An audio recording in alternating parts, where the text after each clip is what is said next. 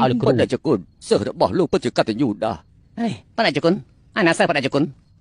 សាបាសាពុទ្ធសង្គ្រាមចេះតែបន្តព្រះពុទ្ធសាសនាចុះអន់ថយបិសាចរីករាលដាលកូនសិស្សរត់អស់ទៅហើយពេលនេះសល់តែអាត្មាម្នាក់គត់នៅចាំវត្តសម្មាសម្ពុទ្ធហើយដូច្នេះឲ្យបានចំពោះអាត្មាទៅយកគម្ពីរធម៌ដើម្បីស្នាព្រះពុទ្ធសាសនាឡើងវិញ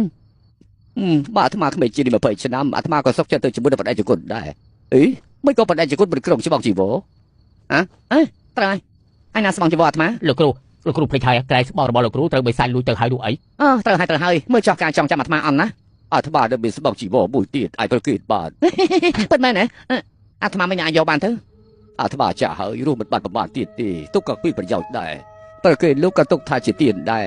ជួយឲ្យយើងបានជួបនឹងព្រះពុទ្ធជាម្ចាស់ក៏ទុកថាជាកិត្តិយសដែរ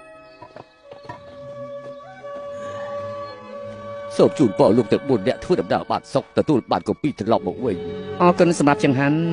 ចម្រើនពរធ្វើដំណើរឲ្យបានសុខ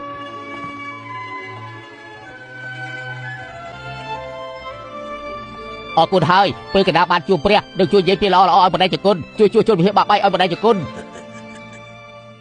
ជោគជ័យហើយពិតជាជោគជ័យហើយសកចាស់នោះហៅពួកយើងថាអ្នកស្វែងរកគម្ពីរធម៌នេះមិនជាសកថាជាដេដាទៅសូមខ្ញុំនិយាយពីបីឃ្លាទៅ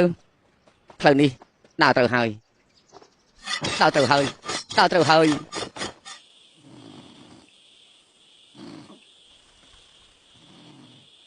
សេចក្ដីទី2